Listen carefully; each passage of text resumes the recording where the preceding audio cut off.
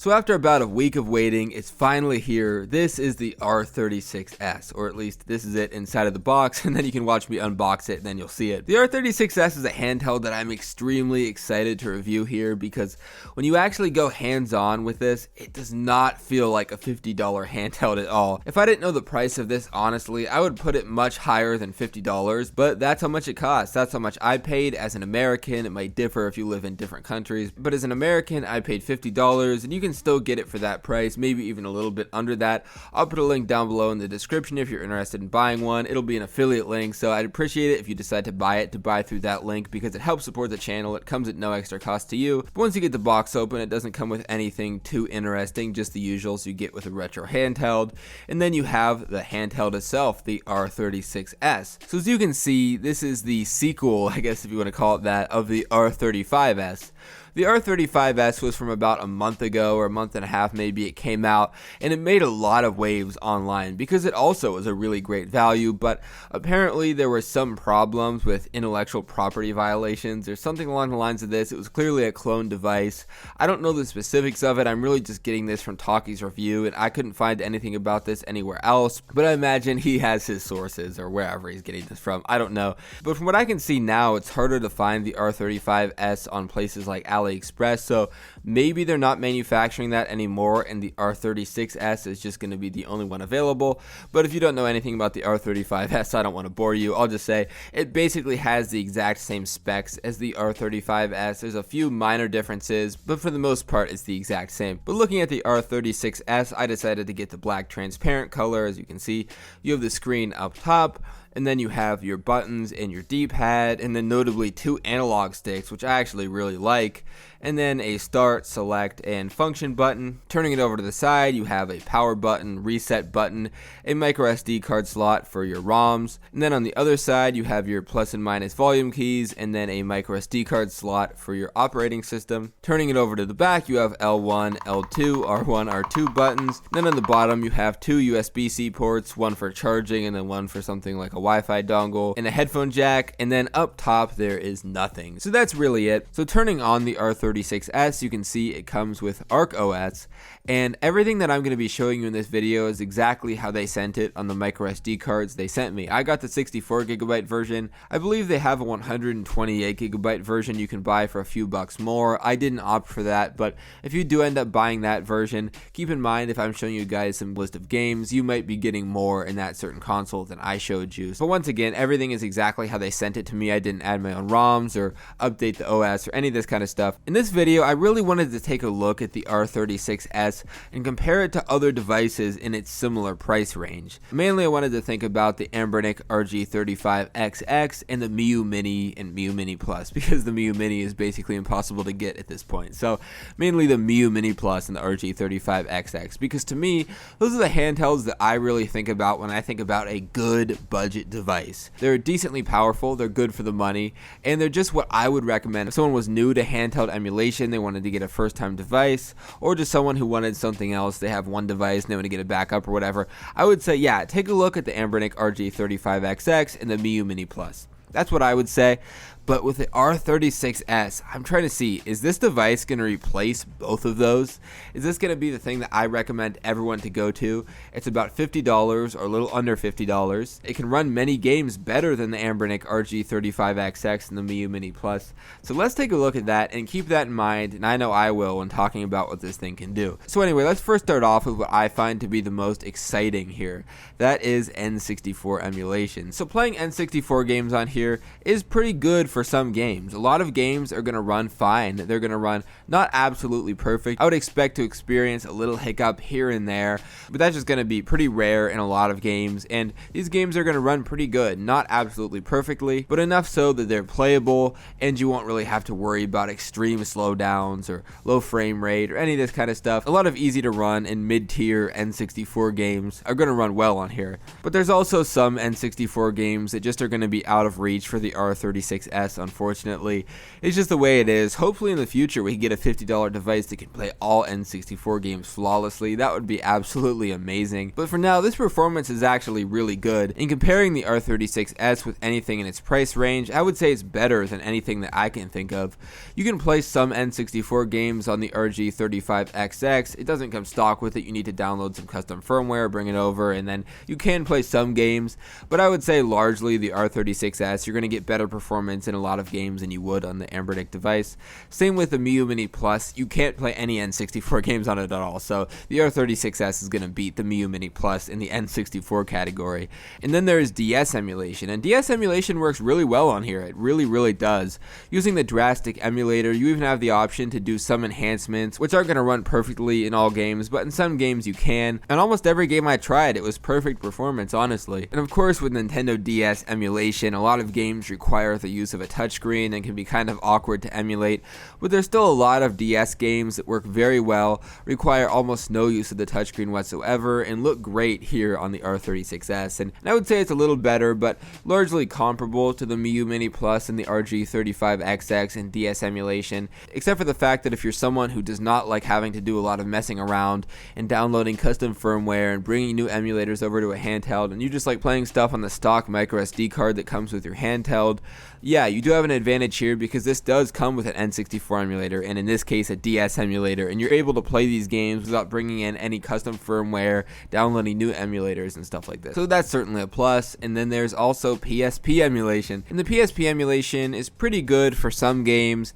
There's a lot of games though that are out of reach for this also, so I wouldn't buy this if you plan on playing every PSP game you ever played in your childhood on here, or in your adulthood if you're a bit older. Yeah, like a lot of the higher end emulation you can do here, it isn't perfect for everything, but once again, there's a lot of games that will work great on here. And it's really the same case for Dreamcast emulation. A lot of Dreamcast games work very well. They're not perfect. Again, there's going to be some hiccups here and there. There might be some minor slowdown here and there for some games, but largely they'll work very well. And that's not the case for every Dreamcast game. Some will just be out of reach and will not be able to play at full speed here, but you can get a lot of enjoyment out of a decent amount of Dreamcast games. And I'll make one mention here for the higher end emulation. You'll get better performance if you switch the cores for certain emulators, specifically talking here about the N64 and Dreamcast.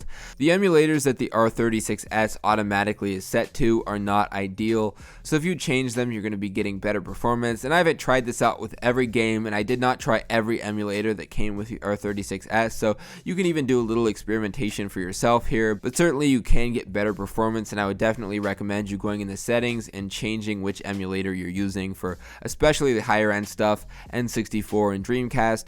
Maybe for some of the really high end games on the lower end consoles you're going to be emulating, like the SNES, you could get better performance if you switch it over to a different emulator, but I haven't done too much testing on there, and I would say almost always you're going to be fine for like Game Boy Advanced, SNES, NES, stuff like this. I would say you're probably not going to have to worry about switching the emulator too much, but even if so, it's not a big deal. It'll take you like 15 seconds anyway. Back to the emulation, we have PS1, which is something that both the RG35XX and the Miyoo Mini Plus and many other handhelds in this price range can do pretty well, so it should be no surprise that the R36S can play basically any PS1 game full speed, good frame rate, and you can even run a lot of games here at 2x resolution and get a good full speed performance. I noticed some slowdowns in some games. Certain points with 2x resolution is not going to be the best, and it'd be good to turn that down. You can access that setting as well as all of your other RetroArch settings by pressing select and X at the same time, and that opens up your quick settings. Then you can go out from there and adjust even more. And while we're on that topic, a few other quick tips if you didn't know. You press the start and select buttons at the same time to exit out of games. And for a few other standalone emulators you have on here, like the Drastic emulator for the DS, it's set that you press in the left analog stick once to open up the settings, and you can change that if you want, but it differs a little bit, just for a quick tip for you if you decide to buy this. But yeah, PS1 emulation works great on here, and then we can even look at some lower end emulation, which I'm not going to spend a whole lot of time on honestly, because I'm sure you can imagine mention if it can play N64 games, PS1 games at 2x resolution, Dreamcast, PSP. You're not going to have any problem playing almost any SNES game or every single NES game, Game Boy Advance, Game Boy Color, all the other games that this can play. You're not going to have many problems playing these games. So I'm going to have some gameplay on screen right now, but I'm not really going to go into much detail on these. So you can see they play very well, and I really love the screen on the R36S. So a lot of these retro games I think look great. So overall, I think the R36S is an amazing deal. This costs about $50 and even a little bit under $50 in some cases, and I don't think there's anything in the close price range to this that comes anywhere near the R36S, honestly. It's more powerful and cheaper than the Miyoo Mini Plus and the RG35XX, not to mention that the R36S has 2 analog sticks, which I really like. I think they're good analog sticks. They're not the best analog sticks I've ever felt, of course not, but they're really good for the money, and for the games you're going to be playing on here, I find them to be really great and a lot more comfortable for playing 3D games than a D-pad. Okay, I just don't really like playing 3D games with a D-pad. I know some were intended to be played with a D-pad, but it's just more comfortable to use an analog stick if you have the ability to do so, and you don't have that ability on devices like the Miyoo Mini Plus and the 35XX, like I keep mentioning. And I really love the screen on the R36S. I think it's just as good, if not better, than anything else in this price range. So are there any negatives here? I've been talking about positives. What are the negatives? Well, there are some. It's the buttons and the D-pad. Those are the negatives. The buttons, they're the same as they were on the R35S. So if you watch some reviews of the R35S or had one for yourself or still have one, you know that they're a bit stiff. I think the complaints about the buttons sometimes could be overstated by some reviewers. The buttons aren't perfect. I wish they were a little bit better, but they're really not that bad. And to me, I don't really hate them that much. They're fine. Again, they could be better, but they're not that bad in my view. Really, it's just that they're stiff and you have to exert a little more pressure to push them in fully. It's just far from perfect. It's pretty stiff, and like I mentioned, playing with a D-pad on 3D games, I do not like playing 3D games like Super Mario 64 with this D-pad. It's just not enjoyable whatsoever, and so often I accidentally end up going in the complete wrong direction or just stop running when I didn't intend to, just because of the fact this D-pad is not perfect. It's just so stiff. I don't like this D-pad, but there is some good news. There is a fix that can apparently really improve this D-pad and the buttons too. This isn't an endorsement of this technique. I've just heard of this existing, so if you decide to do this, do a bit more research for yourself. You unscrew the back and then just unscrew a screw behind the D-pad a tiny bit, maybe just 1 or 2 turns. Again, look into this yourself before doing it, and apparently it greatly improves it, and it looks like something that's really easy and anyone with no technical knowledge or anything could do.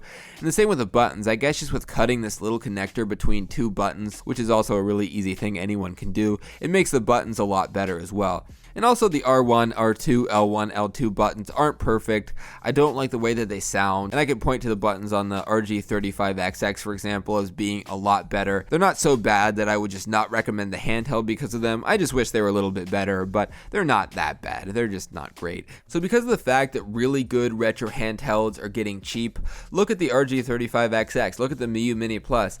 I would say, relatively speaking, especially looking at what was available a few years ago, those are really good options for the price. But the R36S is also a really good option for the price. It's so hard to pick between one. You know, I don't want to say, oh man, the R36S kills the Miyoo Mini Plus and the RG35XX and be super clickbaity with the title or the thumbnail or something. But looking at this, it's cheaper than both of them and anything else in its price range that can play the same games this can. It has 2 analog sticks, it has good build quality, it has a great screen. It just has a few things that aren't perfect with it that I don't think make it unplayable. The buttons and the D-pad. It's just so tough to recommend one over another. I guess it depends exactly on what you want, how much you care about playing N64 games, which N64 games you want to play, how much you would use analog sticks if you have them, how much you care about great feeling buttons. These are all things that different people care about, different amounts. To me, I'm not a huge snob when it comes to the controls being absolutely flawless, so I know I'm going to be playing this more than my RG35XX going forward, just because of the fact that it has analog sticks. But maybe you're someone that doesn't care about that too much, or maybe you're someone who wants to get the cheapest possible option out there. There's so many different factors that go into this, so I can't just explicitly say this is better than the others, because it depends on what you want. But the R36S is clearly a really solid option, so if you do decide to buy this, once again, please buy it through the link in the description, which is an affiliate link. It comes at no extra cost to you and helps fund my future videos to buy new handhelds to review and help you all out and get some more enjoyment element for myself and build my collection too. That's also a plus. So anyway, if you enjoyed this video and want to see more like it, I'd really appreciate it if you could leave a like and subscribe. I'll see you in the next video. Have a great rest of your day. Bye-bye.